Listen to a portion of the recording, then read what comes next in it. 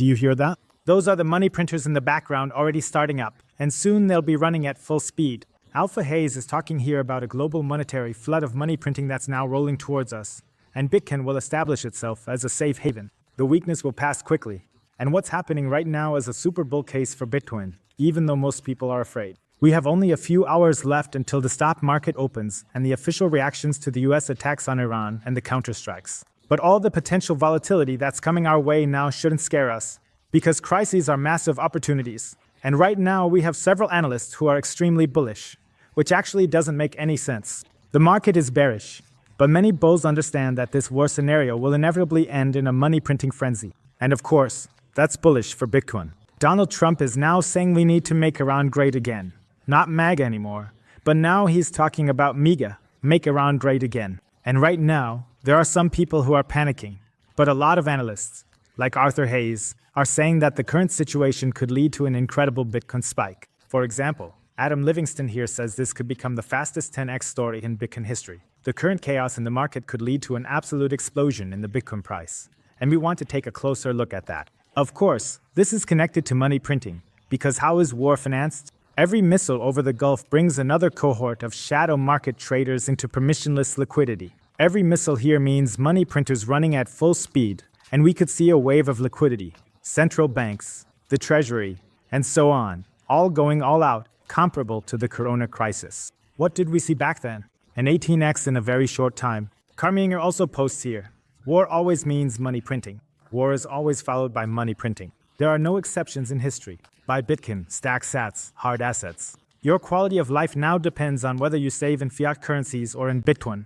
And that's why we're also dropping a like button below for the Bitcoin price, so we can shoot back up quickly. If you haven't subscribed yet, make sure to hit that subscribe button. We're going to take a look at everything relevant here now. Also, some exciting details about the potential closure of the Strait of Hormuz, what that would really mean for the markets, new statements from Donald Trump, and much more. But Pierre Rochard sums it up very accurately here. Bitcoin has dropped below 100,000 US dollars, not because the network depends on the Strait of Hormuz or because the asset is overleveraged, but because it's the easiest thing to sell worldwide, around the clock. And by that, I mean Bitcoin here. To reduce the debt of other assets, it makes sense to buy Bitcoin or to accumulate Bitcoin here. That's what he says. And that's simply the really important point. We've often seen lately that the crazy things Donald Trump has done have usually happened on Sundays or Saturdays. And the only thing that's really tradable then is Bitcoin. And that's why people sell off their Bitcoin. Not because it's bad now or because it's not a store of value or anything like that, but simply because if you can only trade Bitcoin on the weekend, or there's almost nothing else you can trade, that's what happens. I've said that many times before too. And by now, we all know about the turmoil here because of the Strait of Hormuz, which would of course have a massive impact on the markets. And that's also why the Bitcoin price has dropped. As I said, just a few more hours until the stock market opens in the US, depending on when you're watching this video. And that could make things very volatile for the markets again. And then Donald Trump takes it a step further and makes a statement. Hey, not make America great again, but MEGA, make Iran great again. And he also says here that it's politically incorrect to call it a regime change, because he was talking about a regime change. He said that Iran needs a change of government, or a regime change. So that means something like a change of government, or transformation, or taking a different direction. But we've also seen in the past that things often haven't gone well when regime change was attempted. Maybe other countries aren't interested in that at all. And the USA acts like it's God and basically wants to force its system onto other countries. According to Donald Trump, the attacks here were brutal. These are new statements from him now. He said that the attacks have caused significant damage to Iran's nuclear history. That makes me wonder whether what he's saying here is actually true. I mean, let me know in the comments below how you see it. But Iran isn't exactly stupid either. They might still have something hidden somewhere in secret. So just because you think you've taken out 3 targets here, I don't believe for a second that the whole story is over. And Adam Livingston made a very interesting tweet here, which we want to take a closer look at now. Why the war between the US and Iran is a nuclear catalyst for Bitcoin.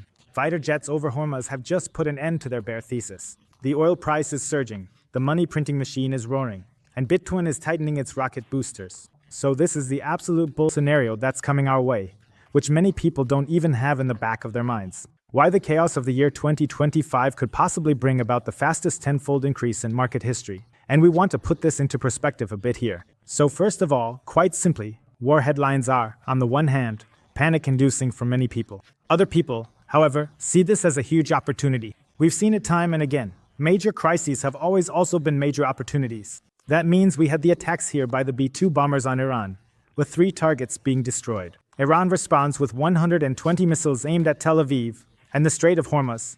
The lifeline for 20% of the world's oil is now in turmoil. It hasn't been completely shut down yet, but it might be on the verge. If bottlenecks occur, Satoshis will spike rapidly, at least according to Adam Livingston, and that's basically the long-term outlook. In the short term, of course, prices can always go down, but in the long run, it's bullish for Bitcoin. He also explains why. JP Morgan says oil prices could rise to $120 or $130, with some estimates even reaching $150 if the Strait of Hormuz gets blocked. And now here's the most important sentence. Energy inflation is the spark, monetary gasoline is the boom. And that's what you have to understand.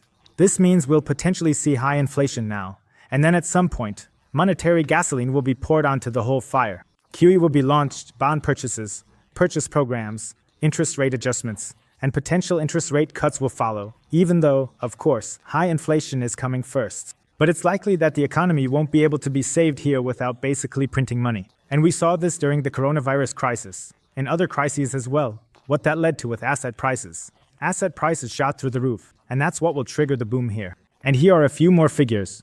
During the Gulf War in 1990, oil prices increased by 2.7 times, and the M2 money supply rose by 5 percentage points. Iraq War, oil prices increased by 1.9 times, the Fed's balance sheet grew by $400 billion, and that was $400 billion back then. Adjusted for purchasing power, it would be much more today. Every kinetic or conflict scenario gives birth to a liquidity baby. The Treasury will issue bonds, the Fed will buy them, and economists will call it a temporary facility or a facility. Translation. Fresh dollars are pumped out of the printing press faster than drones can be launched here. And then here's another important example. The last time the correlations looked this interesting was in March during the COVID shock. Bitcoin increased tenfold within 18 months. Oh, I think I mixed it up earlier. Before, I said it increased 80-fold in just a few months. But actually, it was like this here. And that's why Adam Livingston lays out 3 scenarios here. Scenario 1. We don't see massive injections from central banks. That would be the bear case. UT continues to drag on. Then, according to this, we see Bitcoin at 180,000 by 2720. A neutral trading stance would put us at 280,000 by 2720, and with full-on QE and so on. If the central banks go all out, then we're looking at 670,000 here. Anything under 6 figures in 2025 would be scandalous here. He also says, if your portfolio doesn't have at least 3% Bitcoin before the Asian markets open, you're just playing risk manager while the petrodollar pulls a muscle. So if you're watching this video, the Asian markets have probably already opened. But of course, this also applies to the American markets. If you don't have any Bitcoin allocation now, you could run into problems in the long run. But of course, this isn't investment advice. This is just what Adam Livingston is saying here. Bullets are flying, barrels are burning, balance sheets are swelling, and Bitcoin just keeps hashing away. But there have also been a few other exciting geopolitical developments.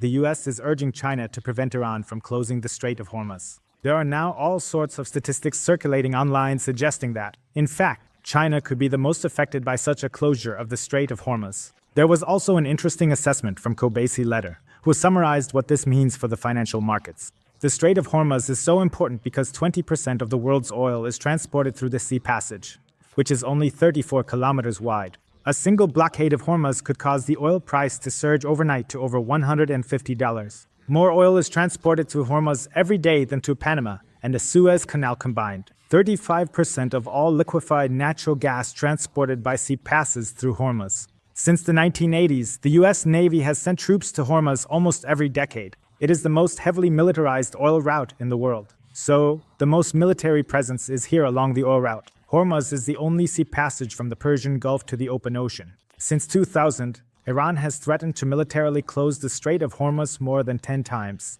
A blockade of this route would almost certainly lead to military action by the US, Israel, and others. All eyes are on Iran's response, and as mentioned, there could be further volatility and additional setbacks here. Israel's Prime Minister Netanyahu also reiterated that Israel has interesting information about the location of uranium enriched to 60% in Iran. Did Iran move its enriched, uranium to avoid US attacks this weekend? That was already the suspicion I had earlier, that they might have possibly relocated it. There was also an official assessment from Netanyahu, who commented on this, and the Kobayashi letter interprets it as a possibility that Iran's stockpiles could be, or have been, relocated. One has to put it that way. And Tim Draper, a very, very well-known investor and billionaire, also commented on this, saying that in uncertain times, there is one thing that holds value everywhere, and that's Bitcoin. He's right. But that's more of a medium or long-term perspective. In the short term, things can always go down. But honestly, we've only seen a minimal correction here, considering how extreme the escalation is right now. I already mentioned this in the last video. If we had dropped 20 or 30% here, I wouldn't have been particularly surprised. So, all things considered, I think everything is pretty chill here. These geopolitical conflicts have always been very, very good buying opportunities in the past. That's why my big recommendation here. If you still want to buy Bitcoin, I'll put a link below to 21 Bitcoin. With the code Bitcoin Hotel, you can still get up to 20% off the fees when buying Bitcoin. Just check it out below. The link to 21 Bitcoin is in the video description. It's a super simple, easy to use app, makes buying Bitcoin really straightforward, and it's a very affordable alternative, an absolute recommendation. I also get a lot of really great feedback from people about it. A lot of people have already signed up using the promo code Bitcoin Hotel, and of course, I get a small share from that too. Exactly, that's another way you can support the channel. But it's also important. Leave a like, subscribe, and we'll see each other again. See you then, peace out.